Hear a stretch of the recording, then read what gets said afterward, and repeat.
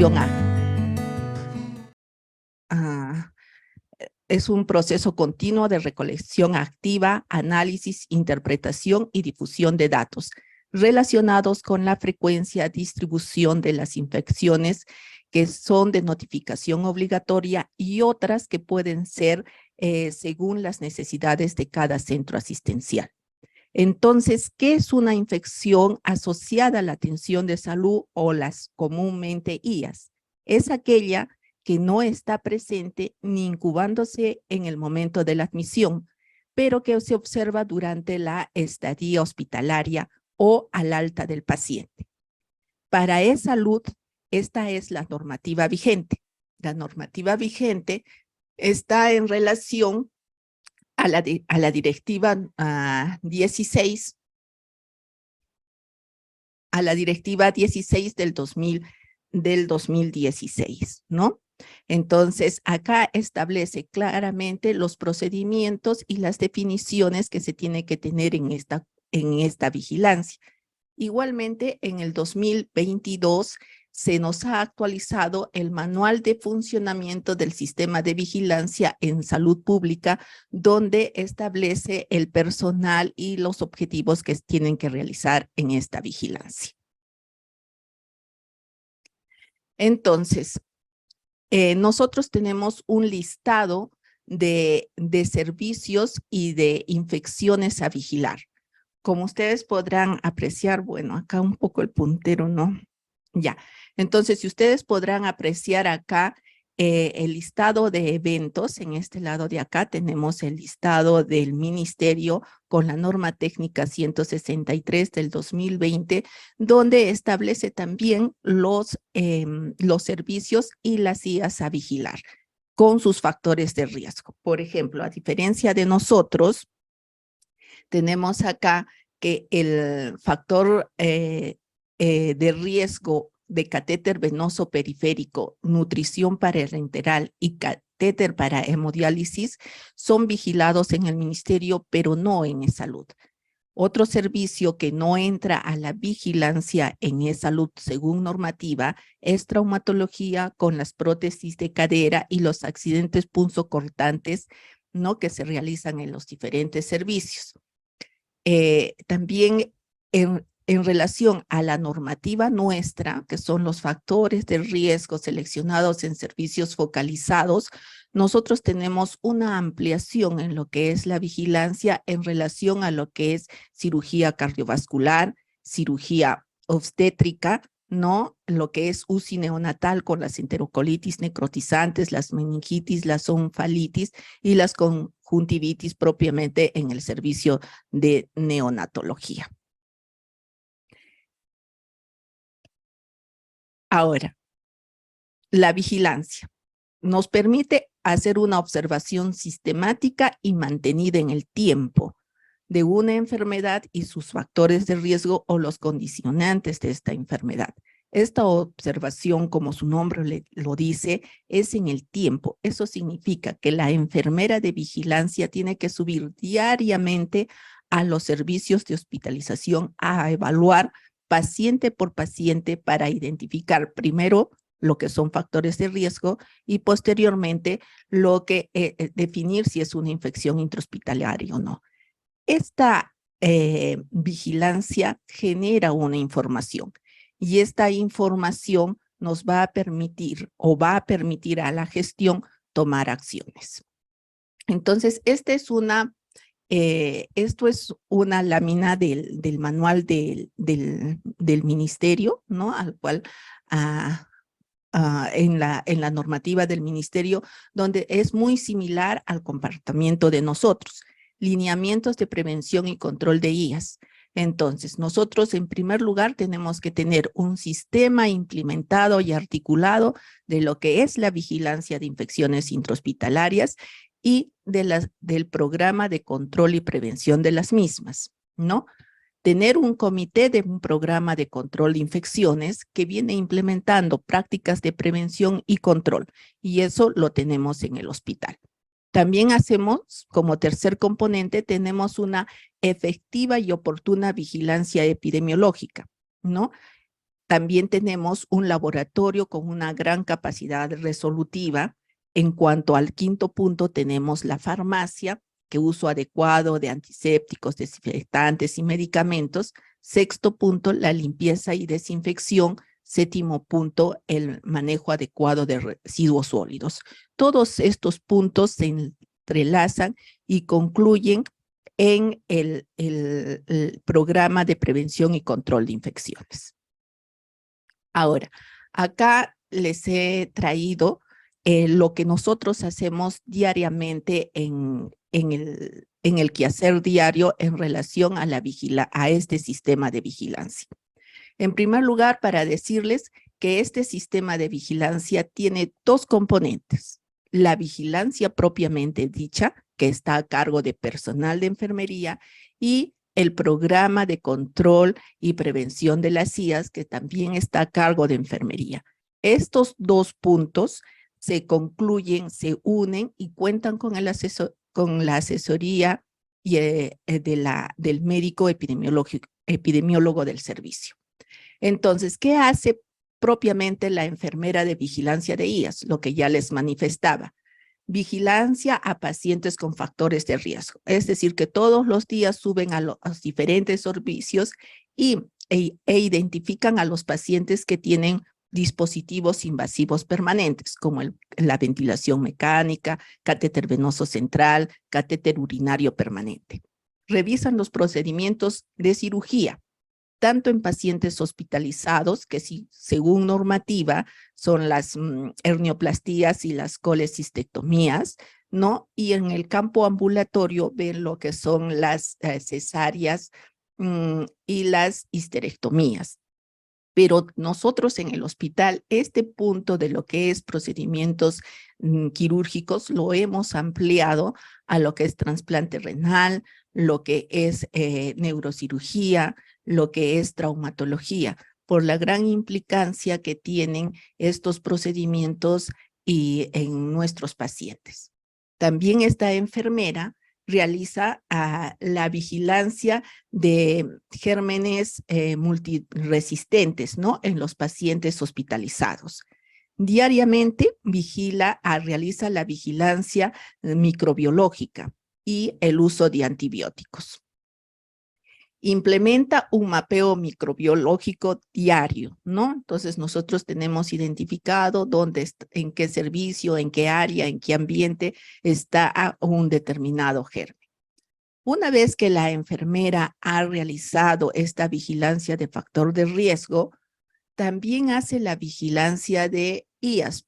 Esto es puntualmente, está en relación a la definición de casos, ¿no? Entonces ella revisa las historias de los pacientes para identificar infecciones asociadas a la atención de salud. Una vez que ya ha identificado en base a la definición nacional e internacional que se tiene, entonces ingresa a una base. Y tiene que tener esta base actualizada porque en cualquier momento nos piden un informe. Y ella genera un reporte, el cual va a ir, va a aportar para realizar el informe general en relación a lo que es este subsistema. Esta enfermera de vigilancia de IAS también es la primera en identificar brotes. Por ejemplo, si va a un servicio, qué sé yo, de neonatología y de pronto encuentra un Acinetobacter que nunca ha habido en este servicio, eso ya es una alerta de un brote. Entonces, como hay este es un trabajo en equipo, esta vigilancia, entonces las enfermeras de vigilancia informan a la enfermera de control de infecciones, quien valida la información que ellas presentan. Hay que ir al campo para verificar si realmente hay un brote o es una posible contaminación. Entonces, la enfermera de control de infecciones es la representante de este subsistema ante los comités, ¿no? Es ella la que integra los diferentes comités, ya sea de infecciones, de EPPs, de residuos sólidos, es la representante. Entonces, ella va al servicio, identifica realmente el brote, interviene el brote, pero no lo interviene sola, lo interviene con el equipo de infecciones intrahospitalarias y tiene que realizar una investigación epidemiológica. También es la que, mediante el comité de infecciones, ella sugiere las medidas de prevención y control de las mismas, para lo cual tiene que normar, capacitar, implementar y supervisar las medidas que se dan. También ahora, como ustedes ya saben, a nivel nacional se está motivando, ¿no?, a que todos los hospitales tengan el PROA. Entonces, una vez que toda esta información con la vigilancia que se hace, con las medidas de prevención, toda la información se consolida y se genera un informe que según la normativa nuestra es trimestral, semestral y anual. Este informe se eleva a la jefatura correspondiente, quien envía a la gestión para fortalecer las medidas que se dan. Igualmente se generan reportes hacia el ministerio. Y acá les hemos traído que estas son nuestras fichitas de recolección de información que contempla la normativa, tanto de salud como el MINSA. En esta primera ficha, acá van a poder observar diariamente lo que realiza la enfermera, ¿no? Entonces, por identificación del paciente, hemos tapado los nombres, ¿no? Pero cada cuadradito amarillo es un nombre. Entonces, la enfermera va a los pisos y valora y valida que los factores de riesgo a los cuales está sometido el paciente, ¿no? Igualmente va identificando los gérmenes que tiene el paciente. Y esta segunda ficha es la ficha donde establece si el paciente tiene una infección intrahospitalaria. Entonces, una vez identificado el caso, en base a un conocimiento científico, en base a los conceptos nacionales e internacionales, ella procede a llenar esta ficha, ¿no? Donde tiene sus datos generales, donde tiene los datos de la infección y el factor de riesgo, y en la parte posterior de la hoja está la identificación de los gérmenes y de los antibióticos que se tienen. Entonces, como ya les comentaba, parte de este proceso de infecciones es la conformación del Comité de Infecciones Asociadas a la Atención de Salud, que está conformado, valga la redundancia, por un conjunto de profesionales multidisciplinarios encargados de la prevención, control, vigilancia, investigación y docencia acerca de las CIAs. Este personal tiene que tener formación en lo que es prevención y control de infecciones. ¿Y quién está conformado? Este comité tiene dos componentes, el comité ejecutivo y el comité ampliado. El comité ejecutivo está conformado por el director, ¿no?, que es quien lo preside. En nuestro caso es el gerente clínico, por el médico infectólogo, por el médico epidemiólogo, por el de farmacia y por la enfermera responsable de la vigilancia de infecciones. Entonces, cuando hay este comité tiene que reunirse mensualmente.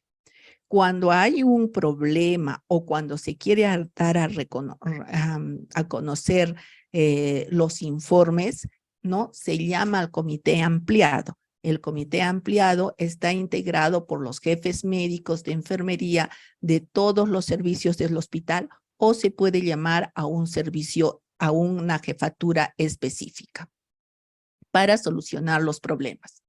Entonces, la vigilancia de infecciones y las medidas de prevención y control tienen fortalezas. El hospital cuenta con un personal capacitado y comprometido, capacitado en epidemiología, trabaja en equipo, tiene una comunicación efectiva, es decir, nosotros no podemos ir a imponer, nosotros tenemos que ir a convencer mediante una evidencia científica que tenemos que mejorar o establecer las medidas de prevención y control, ¿no? Tiene que tener cierto liderazgo. Pero también este programa tiene debilidades, y dentro de las debilidades que tenemos, ¿no? Es compromiso y respaldo de la parte administrativa para ejecutar las recomendaciones del programa.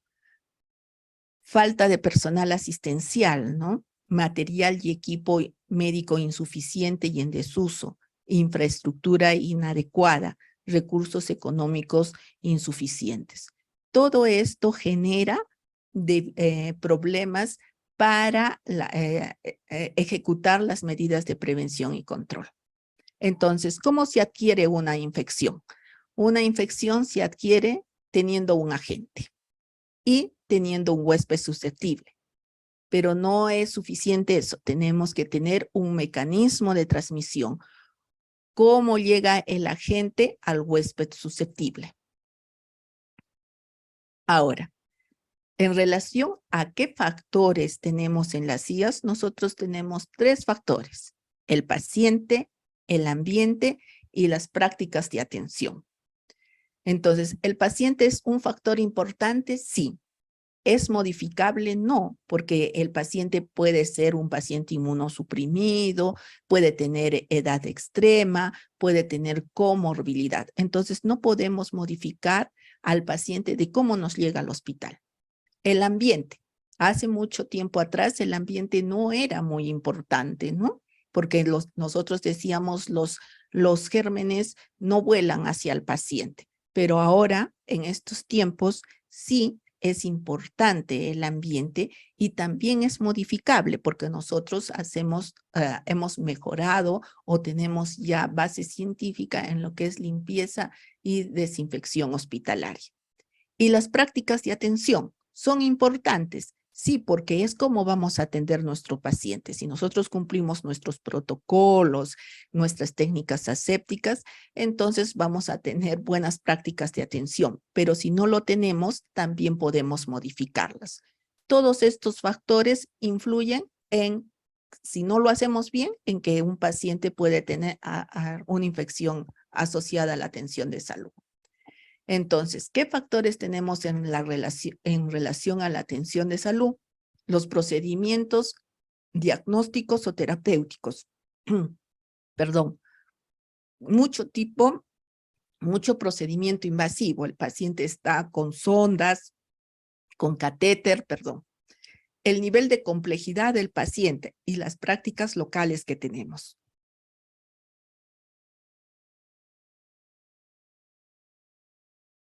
Disculpen. Entonces, ahora, un programa de optimización de antimicrobianos que yo les he manifestado, que es el PROA, ¿no? Entonces, tenemos el PROA. Es una estrategia que busca la optimización de los antimicrobianos, contener la emergencia de la resistencia a los antimicrobianos y tiene por objetivo mejorar los resultados clínicos de pacientes tratados con antimicrobianos de una manera costo efectiva y segura al reducir la emergencia de estos microorganismos resistentes. ¿Por quién está conformado el PROA? El PROA solamente está conformado por 4 personas, que es el especialista en enfermedades infecciosas, que generalmente es quien lo preside, o sea, es el infectólogo, pero en el caso de no contar con un infectólogo, puede ser un médico internista que tenga preparación en lo que es el PROA. El médico microbiólogo, el jefe de farmacia y el representante de epidemiología. El PROA también puede tener relaciones funcionales con otros servicios o comités cuando lo requiera, ¿no? Entonces, ¿cómo el PROA, cómo epidemiología interactúa con el PROA? El PROA debe de articularse con los programas para la prevención y control de infecciones, para contener la diseminación de los microorganismos entre los pacientes. Entonces, ¿quién integraba el PROA? Integra la enfermera de prevención y control de infecciones. ¿Y cuál es el rol de esta enfermera dentro de este PROA, seguimiento de pacientes colonizados e infectados por microorganismos multiresistentes, monitoreo de la adherencia de las medidas de prevención y control, ¿no? Eso tenemos que ver cómo va la higiene de manos, cómo van los aislamientos, cómo va la limpieza del entorno, ¿no? Cómo van las buenas prácticas de atención. Entonces, acá rápidamente vamos a ver algunos resultados de la vigilancia que nosotros realizamos en el hospital.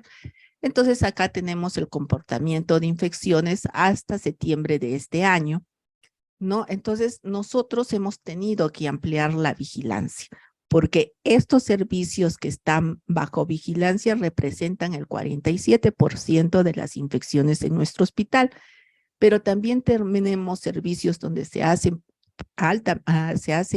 procedimientos invasivos, ya sea emergencia u otros servicios, donde ambos representan el 53%. Entonces, es por eso que nosotros hemos ampliado esta vigilancia y también lo contempla la normativa, ¿no? Entonces, acá presentamos en azulito el total de días que tenemos en el 2023 en relación al 2022. Si ustedes ven acá en el mes de mayo a septiembre dirán, bajamos las infecciones. No, tuvimos un problema porque un personal fue a brindar apoyo a otra área y por lo tanto también la vigilancia disminuye, ¿no?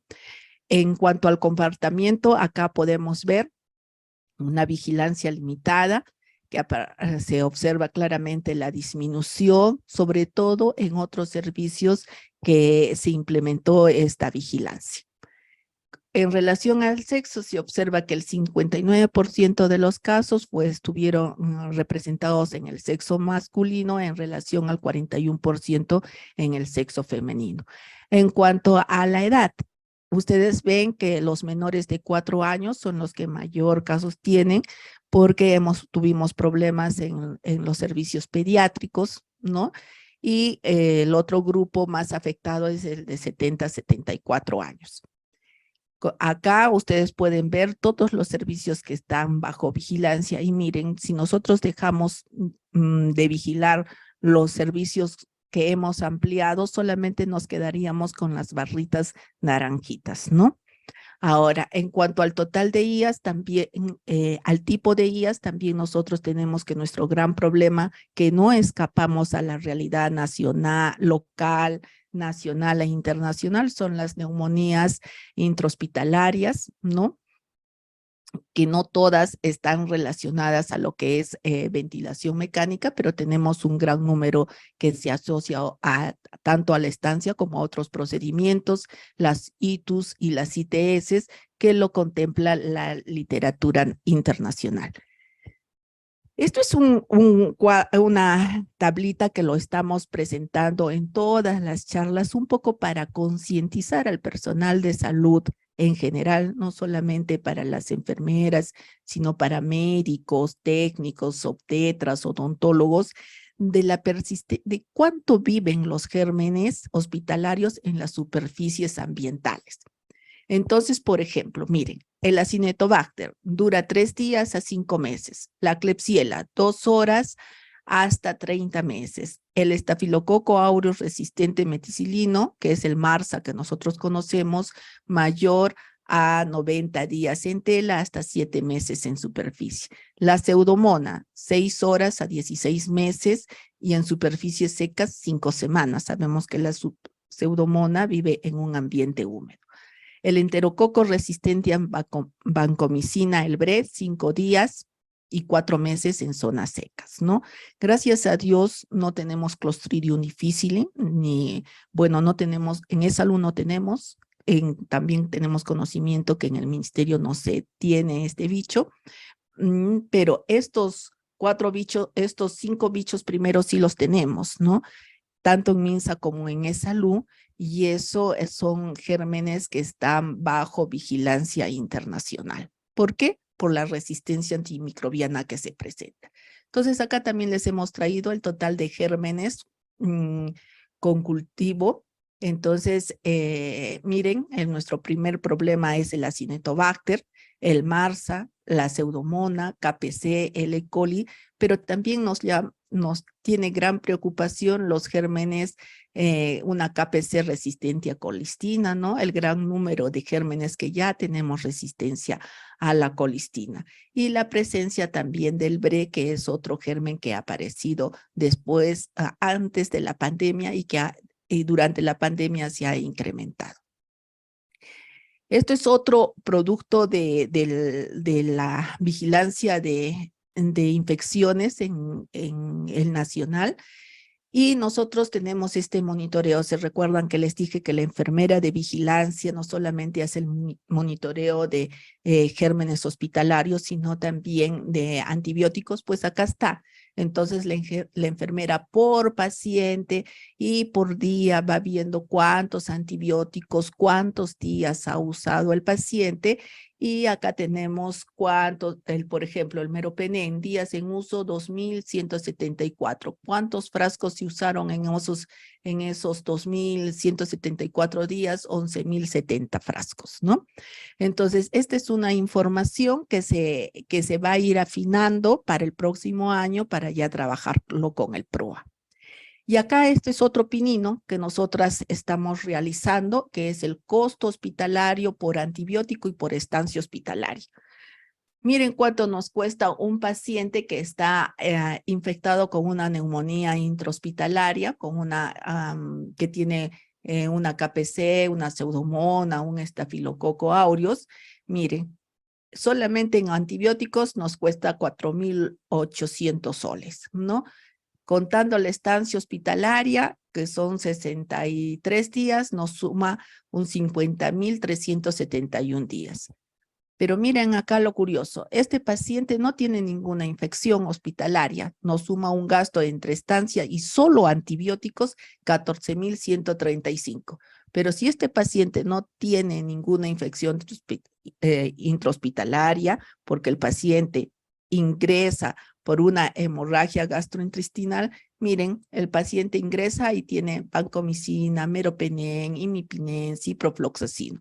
Una realidad que también se maneja tanto en la práctica privada como en el ministerio. Y acá tenemos otro paciente, ¿no? Otro paciente que también fue una neumonía intrahospitalaria por un MRSA y una Pseudomonas, con 59 días de hospitalización, nos genera 46.681 soles, solamente considerando esas dos variables, a diferencia de un paciente que no tiene ninguna infección, que ingresa por una pancreatitis de 16 días y nos genera un costo de 12.211 soles.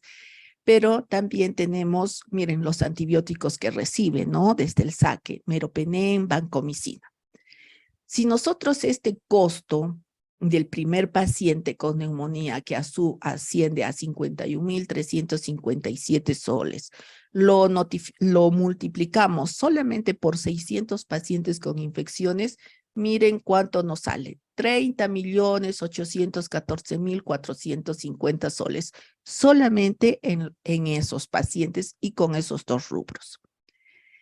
En relación al impacto de las infecciones intrahospitalarias, nosotros tenemos que hay un impacto mundial. Entonces, decimos que más de 1.400.000 personas en el mundo contraen infecciones nosocomiales en el hospital. Entre el 5 y el 10% de los pacientes que ingresan a hospitales modernos contraen una o más infecciones. Eso en los países desarrollados. En los países en desarrollo nos dicen que este riesgo aumenta de 2 a 20 veces mayor a hacer una infección hospitalaria. Entonces, los pacientes en desarrollo superan el 25% de afectación en relación a los países desarrollados. Acá hemos traído en relación a costos, ¿no? En Europa, por ejemplo, el impacto económico anual de las infecciones es de alrededor de 7 millones de euros al año. En España, la adquisición de una infección nosocomial supone que la estancia media pasa a ser de 6 a 11 días más, ¿no? En Estados Unidos, uno de cada 136 36 pacientes hospitalarios tienen una infección. Esto equivale a 2 millones de casos y aproximadamente a 80,000 muertes al año, con un costo de 4.500 a 5.700 millones de dólares. En México, se calcula que 450 casos de infección relacionada con la atención sanitaria causan 32 muertes por cada 100,000 habitantes por año, con un costo anual aproximado de 1.500.000, ¿no? Dólares. Entonces, ¿cuál es otro impacto de las infecciones? Como ustedes habrán podido apreciar, el paciente llega y de repente de frente recibe su banco, micina, su meropenem, ¿no? Entonces, ¿qué es lo que estamos haciendo el personal de salud? Resistencia antibacteriana. ¿Qué nos dice la OMS? Que lleva años advirtiendo el peligro de las superbacterias, que en el 2050, ¿no? Las superbacterias van a ocasionar 700,000 muertes anuales, ¿no? Entonces, mucho más, como ustedes ven aquí en el grafiquito, en la parte lila, son las infecciones causadas por las superbacterias, son mucho más que inclusive pacientes con patología de neoplasias, ¿no? Entonces, ¿qué generan las infecciones intrahospitalarias? Aumento de la mortalidad, aumento de la morbilidad, aumento de costos, prolongada estancia, resistencia antimicrobiana, eventuales problemas médico-legales, posibles deterioros de la imagen del hospital. En cuanto a la morbilidad, solamente las infecciones, como ya lo hemos venido mencionando, se asocian a un incremento de estancia hospitalaria y de costos. Entonces, si el paciente se tiene que quedar 6 días hospitalizado por la enfermedad que vino, si le agregamos una infección intrahospitalaria, dependiendo del tipo y probablemente del germen de infección, esta estancia puede alargarse de 5 a 15 días, pero a veces se alarga 1 mes, 2 meses, 3 meses, ¿no? La adecuación del tratamiento antibiótico empírico, ¿no? No hay ningún cultivo y los médicos vienen por la emergencia, al paciente en mal estado y de frente le dan algún antibiótico de amplio espectro, ¿no? ¿Qué dice la literatura? Bueno, podemos empezar, pero hay que hacerle estudios y una vez que pase el susto de recibir a un paciente crítico, tenemos que comenzar a bajar de antibiótico y para eso está el PROA. ¿Qué patógeno causante? No va a ser mismo o atender una ITU con una E. coli que es ambulatoria a una Klebsiella, una KPC resistente a colistina, por ejemplo. Los aislamientos, ¿no? El deterioro de la calidad de vida del paciente, la situación de desvalimiento que tiene el paciente aislado. A veces un paciente aislado nadie quiere entrar al ambiente o restringimos la visita al máximo para evitar transmisiones cruzadas, ¿no? Entonces, ¿cómo se siente el paciente? En cuanto a la mortalidad, hace 15 años Fagón realizó un análisis preciso sobre el riesgo de fallecer por infecciones. ¿Y qué decía? El efecto es altamente probable para la neumonía, o sea que muchos pacientes que tenían neumonía morían. Dudoso en la bacteriemia e incierto en una infección urinaria. El riesgo se incrementa con la duración de la estancia en UCI, más tiempo en UCI, más riesgo a fallecer. La etiología bacteriana modifica el riesgo, ¿no? Un germen más resistente, más riesgo a fallecer. Y el efecto es mayor en pacientes menos graves porque la gravedad de la enfermedad basal es el factor más importante.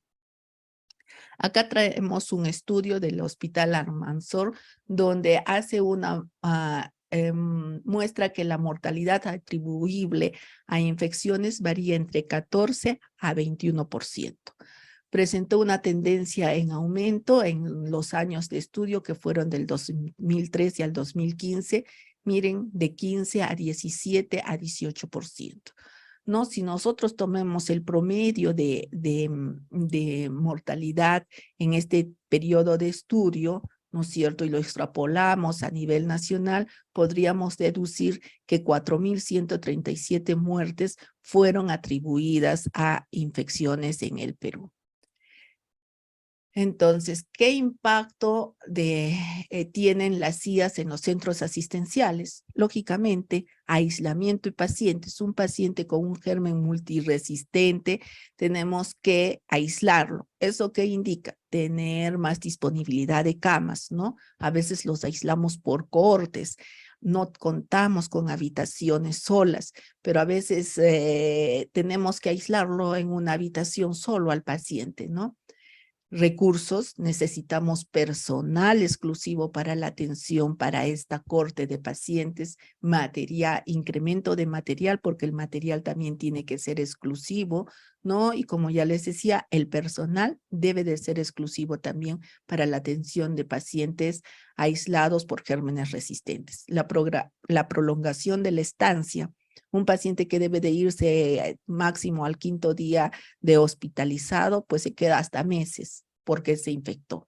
Incremento de los costos hospitalarios, gérmenes resistentes, uso de antibióticos de amplio espectro, pruebas diagnósticas necesarias para el diagnóstico de la infección y también involucra un gasto la prevención de infecciones, porque tenemos que mantener a ese equipo de vigilancia de infecciones para que establezca las medidas de prevención y control, capacite al personal, programas de intervención en la política antibiótica y a veces, bueno, ya haciéndonos un poco de propaganda para el personal que realiza esta vigilancia, nosotros a veces nos quedamos, sabemos que tenemos hora de entrada, pero no de salida.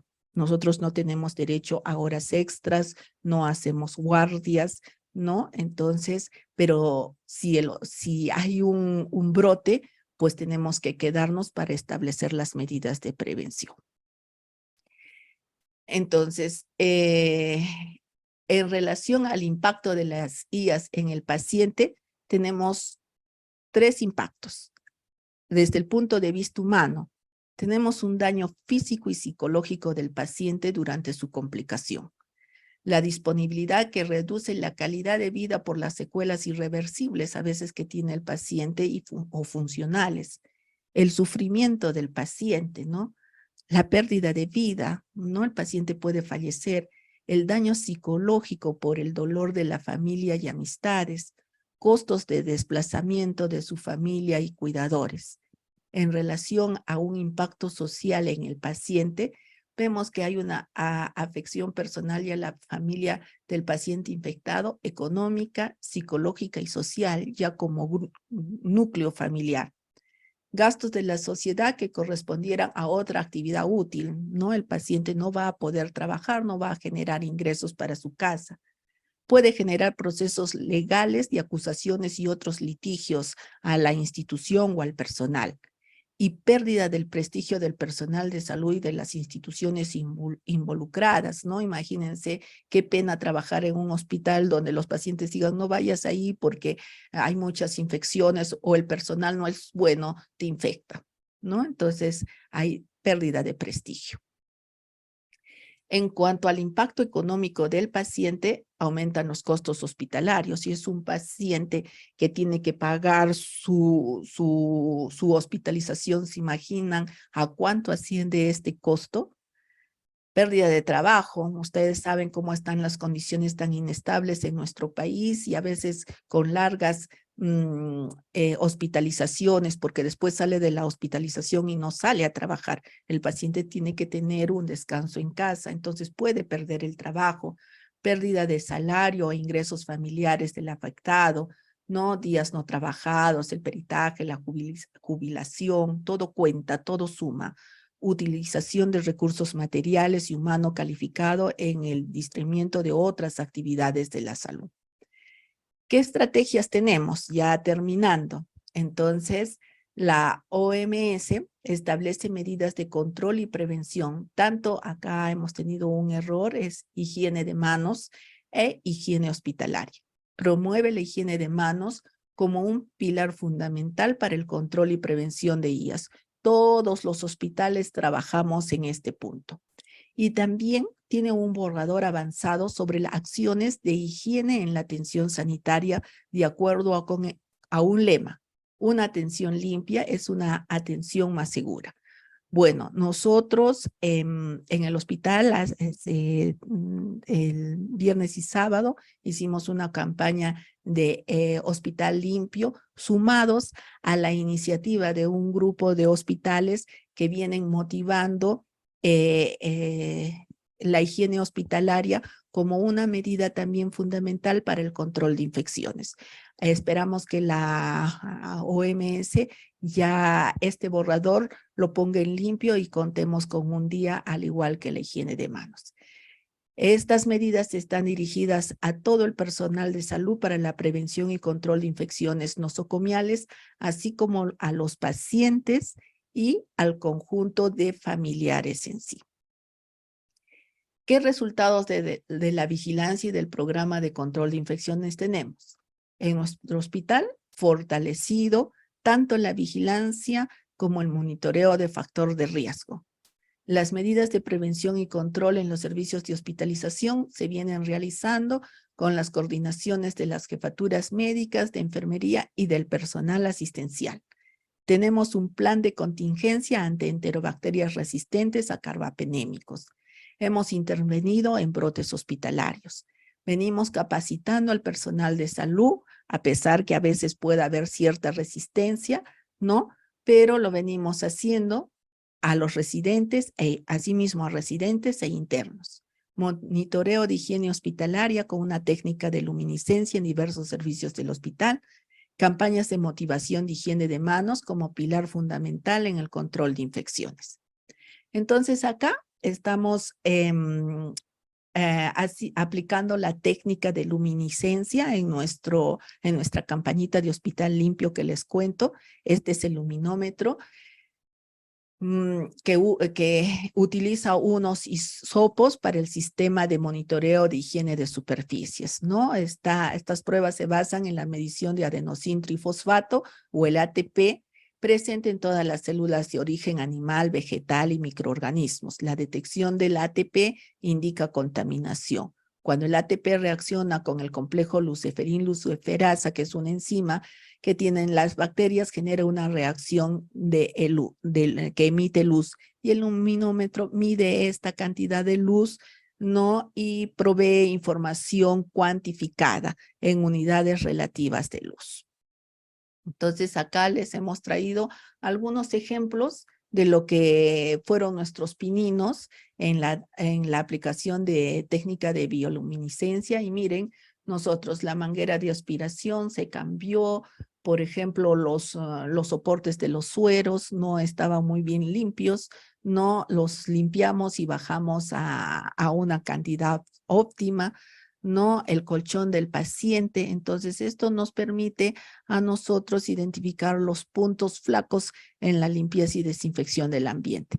Pero también lo usamos, el luminómetro no lo usamos muy seguido, pero sí lo usamos como campaña de motivación para demostrar al personal sobre la correcta higiene de manos. Entonces, nosotros identificamos a un personal que desde que entra al hospital se pone los guantes y no se quita, ¿no? Se pone a veces doble guante o se cambia de guante y no se lava las manos. Entonces le tomamos la muestra a este trabajador, ¿no? Y le tomamos al guante y miren, salió 1009.